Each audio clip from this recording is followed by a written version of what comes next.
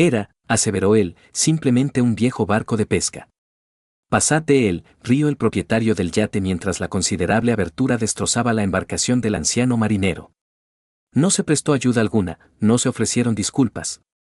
La bandera española, sujeta a la descolorida embarcación, flotó hacia el interior del puerto, rasgada. Sin embargo, a la mañana siguiente, todo el puerto enmudeció cuando 6 buques de la Armada entraron en silencio, con sus insignias a media asta. ¿A quién honraban y por qué razón el océano había reclamado de repente a un hombre ignorado? Tomás Herrera, a sus 72 años, había vivido una existencia tranquila en Puerto Alegre durante muchas décadas. La mayoría de sus mañanas las pasaba en el agua antes del amanecer, sus manos curtidas guiando la barca de madera que había construido meticulosamente tras regresar del servicio militar. En un pueblo costero cada vez más dominado por la opulencia y el turismo, él representaba una reliquia viviente, apreciado por unos pocos, inadvertido para la mayoría.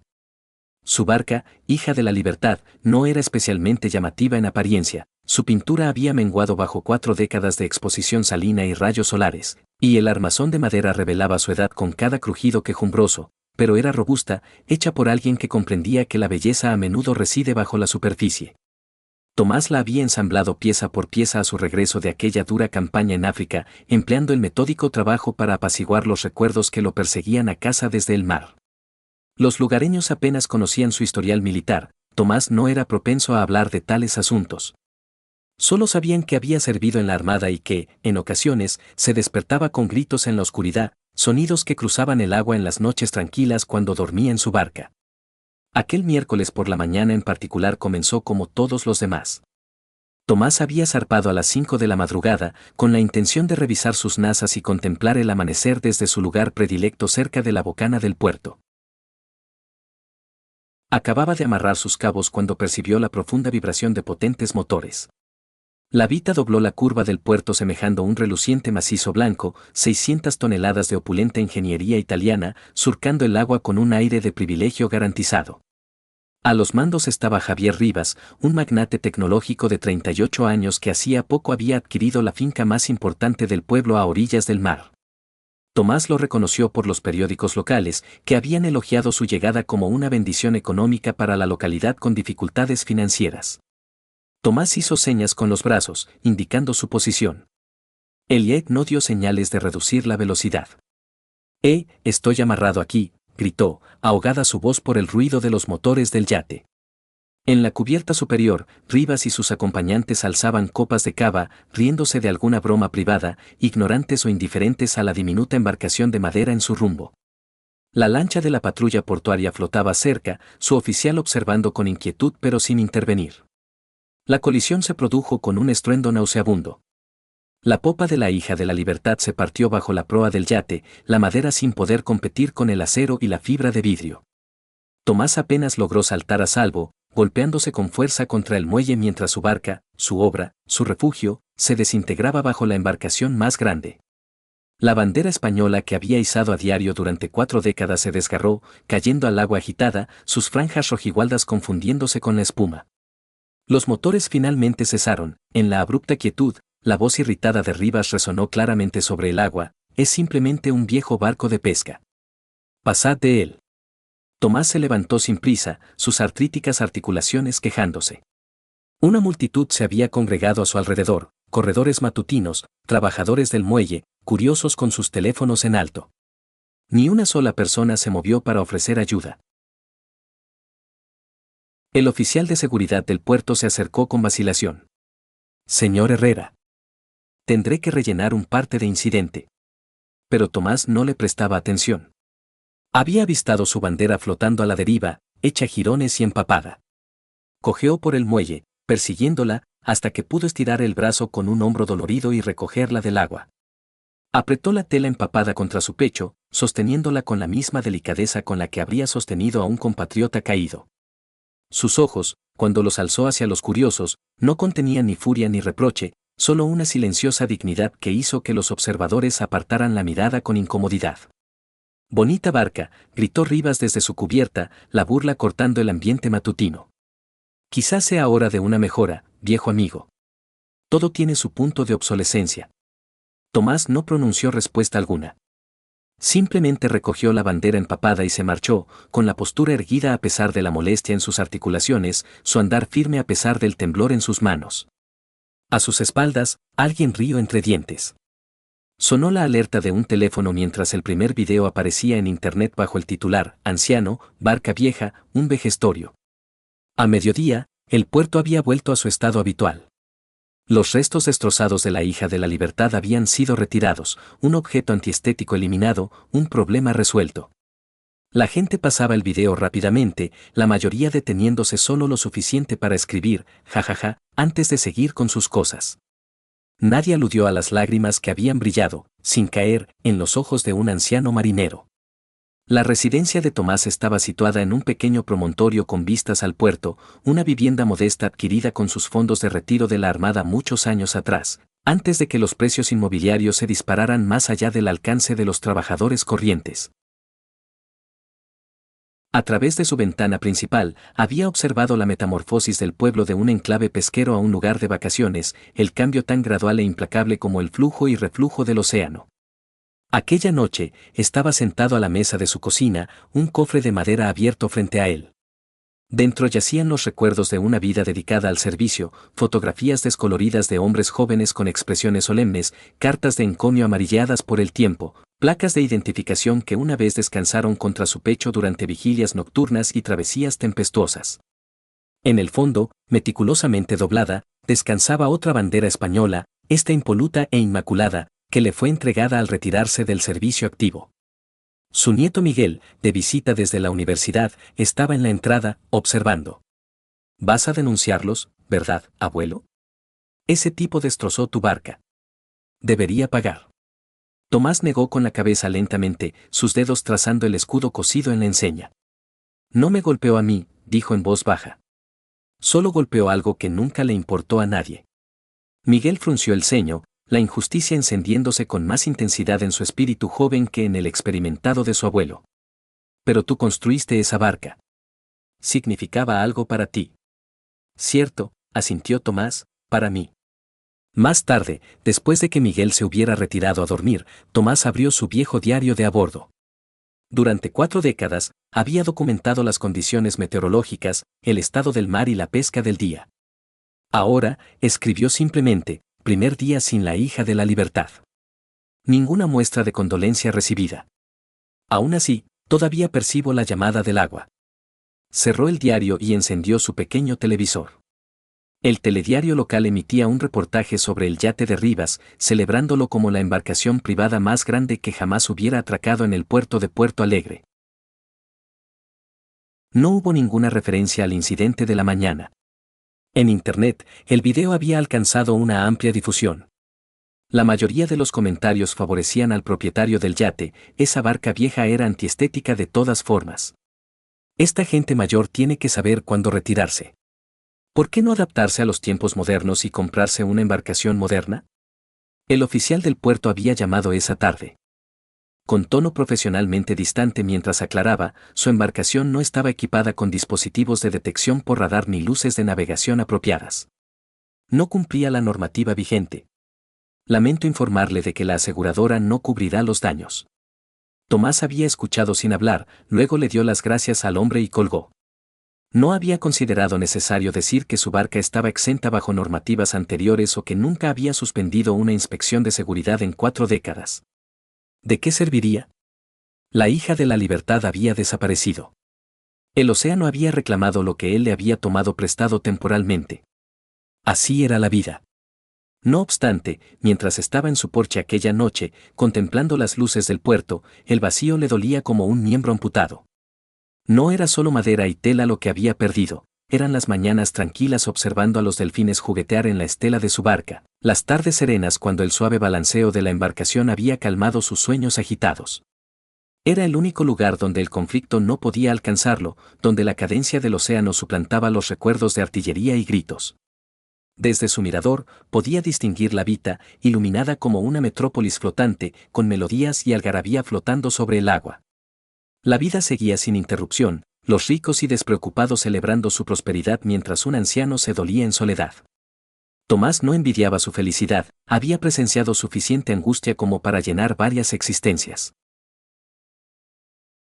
Solo deseaba que comprendieran lo que se había perdido, no solo una barca, sino un vínculo con algo más profundo, una forma de estar en el mundo que valoraba la quietud y el recogimiento, que veneraba el mar en lugar de subyugarlo. Bajo la luz de la luna, despegó su enseña de servicio retirada y la colocó sobre la barandilla del porche, permitiendo que la brisa marina acariciara de nuevo la tela. Al amanecer, se levantó por costumbre, buscando las llaves de su barca antes de recordar. La sensación de vacío en su pecho creció hasta que pareció ocupar toda la habitación. Por primera vez en 4 décadas, no tenía a dónde ir cuando la primera luz menguaba. La niebla matutina yacía densa sobre Puerto Alegre, envolviendo la bocana del puerto en un vapor opalescente. Tomás estaba sentado en su porche, el café enfriándosele en la mano, observando el velo espectral que dividía la tierra firme del océano. Desde la pérdida de la hija de la libertad, se había encontrado siguiendo su horario habitual pero sin un destino, un marino abandonado en tierra firme. La primera señal de que algo fuera de lo común estaba ocurriendo se manifestó cuando la sirena de niebla del puerto emitió 3 toques prolongados, que resonaron en la quietud de la mañana. Tomás se incorporó, sus sentidos arraigados identificando la llamada de embarcaciones de gran calado entrando a puerto. A través del vapor, formas sombrías se materializaron, inmensas y deliberadas, surcando el agua con metódica exactitud, 6 buques de la Armada en formación, sus siluetas volviéndose más definidas a medida que se acercaban. Ningún anuncio previo había pregonado su llegada, ninguna festividad se había organizado. Lo más notable de todo era la quietud, ninguna señal audible, ninguna comunicación más allá de los protocolos esenciales de navegación. En cada buque, la bandera española ondeaba a media asta, una demostración de duelo y respeto. A medida que la información se difundía, los habitantes del pueblo se congregaban a lo largo de la costa. Los propietarios giraron los letreros de sus negocios a cerrado y se apresuraron hacia los muelles. Los jóvenes fueron dispensados prematuramente de las actividades de verano, su animada charla acallada por tutores que percibían la gravedad de la ocasión sin comprender su origen. Desde su mirador, Tomás observaba con desconcierto. No se habían programado maniobras navales, no se esperaba a ninguna personalidad importante. No había justificación para esta exhibición de fuerzas armadas en el modesto refugio turístico. El buque de cabeza, un destructor de misiles guiados. Atracó con exactitud. En su cubierta se encontraba el contraalmirante Jaime Navarro, su uniforme blanco de gala impecable, su expresión seria y formal. En su mano enguantada, sostenía una bandera española impecablemente doblada, el triángulo de tela exhibido con atención ritual. Tomás sintió una opresión desconocida en el pecho. Reconoció aquel doblez particular, él mismo lo había realizado en numerosas ocasiones durante sus años de servicio. Era el doblez reservado para honrar a los caídos, para reconocer actos de abnegación. Sin prisa, agudamente consciente de sus articulaciones rígidas en su atuendo de civil, Tomás se dirigió hacia el puerto. La multitud le abrió paso, sin saber la razón, pero percibiendo un elemento de trascendencia en su avance mesurado hacia el personal naval congregado. El almirante Navarro lo vio y avanzó, su saludo marcial y formal. Suboficial mayor Herrera, declaró, su voz resonando en el puerto repentinamente silenciado, solicitando permiso para desembarcar y rendir honores. Tomás devolvió el saludo instintivamente, el movimiento grabado en su memoria muscular a pesar de las décadas de vida civil transcurridas. Permiso concedido, almirante, respondió, su voz más firme de lo que había esperado. El almirante descendió por la plancha de embarque, seguido por una guardia de honor ceremonial. Los marineros formados en los 6 buques permanecían firmes, orientados hacia tierra. Hace 43 años, comenzó Navarro, dirigiéndose a los espectadores congregados en lugar de a Tomás directamente. Este hombre evitó una avería desastrosa a bordo del buque Hispania cuando una unidad de refrigeración reventó en medio de una tempestad en aguas hostiles. Él personalmente aseguró el compartimento, sufriendo graves quemaduras en más del 60% de su cuerpo. Sus acciones impidieron que los gases tóxicos se infiltraran en los hollados donde descansaban 128 marineros, ajenos al peligro. Un murmullo recorrió la multitud. Muchos se giraron para observar a Tomás con una percepción alterada, advirtiendo por primera vez las sutiles cicatrices que marcaban su cuello y desaparecían bajo su camisa. El suboficial Herrera nunca habló de sus hazañas. Rechazó la cruz del mérito naval, pidiendo simplemente que cuidáramos de los jóvenes que no regresaron. Ha vivido entre ustedes durante 4 décadas, sin solicitar nada, sin esperar nada. La mirada del almirante recorrió el puerto, deteniéndose momentáneamente en el yate reluciente donde Rivas y varios acompañantes observaban. El día anterior, su barca, Hija de la Libertad, fue destrozada en este mismo puerto. No se le prestó ayuda. No se le mostró respeto. Se permitió que la enseña bajo la cual sirvió se hundiera. Un joven marinero avanzó, portando una placa de madera. Se acercó a Tomás e inclinó la cabeza con respeto antes de ofrecérsela. Tomás miró la plancha bruñida. Tenía una placa de latón procedente de un buque retirado, con la inscripción, para el hombre que veló por la seguridad marítima, incluso después de su servicio. La Armada Española no abandona a los suyos. El almirante Navarro prosiguió: hemos venido a rendir honores al suboficial mayor Tomás Herrera y a reconocer que su dedicación no cesó al quitarse el uniforme. En todo el puerto, los marineros permanecían firmes, saludando. La Guardia de Honor alzó sus enseñas. En aquel instante, no eran solo 6 buques los que habían atracado, era toda la solemnidad de la tradición naval y el compañerismo. Alguien entre la multitud comenzó una transmisión en directo de la ceremonia. En cuestión de momentos, la grabación se estaba difundiendo por las redes sociales. El hashtag #abuelo en problemas, que se había asociado con el video del incidente de la barca del día anterior, rápidamente dio paso a #honor al veterano. Comentaristas que habían ridiculizado al anciano apenas unas horas antes se apresuraron ahora a borrar sus comentarios, que fueron suplantados por expresiones de estima y arrepentimiento. No tenía ni idea. ¿Por qué nadie nos dijo que era un héroe? Esto ejemplifica el verdadero servicio. Rivas, observando desde su yate, tuvo la decencia de parecer desconcertado.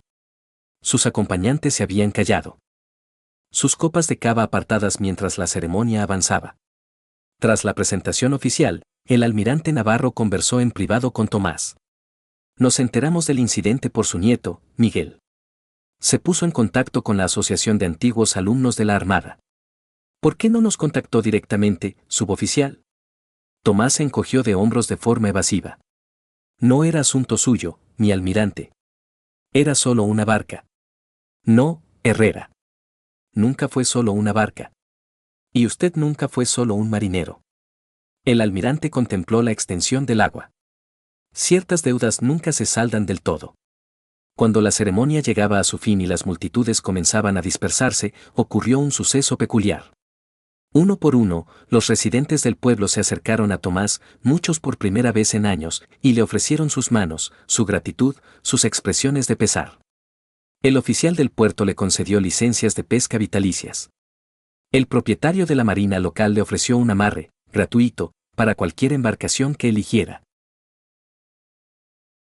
Tomás recibió todo esto con la misma silenciosa dignidad que había mostrado cuando su barca fue destrozada. Sin embargo, para quienes observaban atentamente, había una nueva luz en sus ojos, no exultación, sino reconocimiento. Después de décadas de silencio, había sido visto. Una semana después, tuvo lugar un modesto acto conmemorativo en el lugar de amarre habitual de Tomás. Un sencillo monumento de piedra ocupaba ahora el muelle, Hija de la Libertad, una barca que sostuvo más de una vida.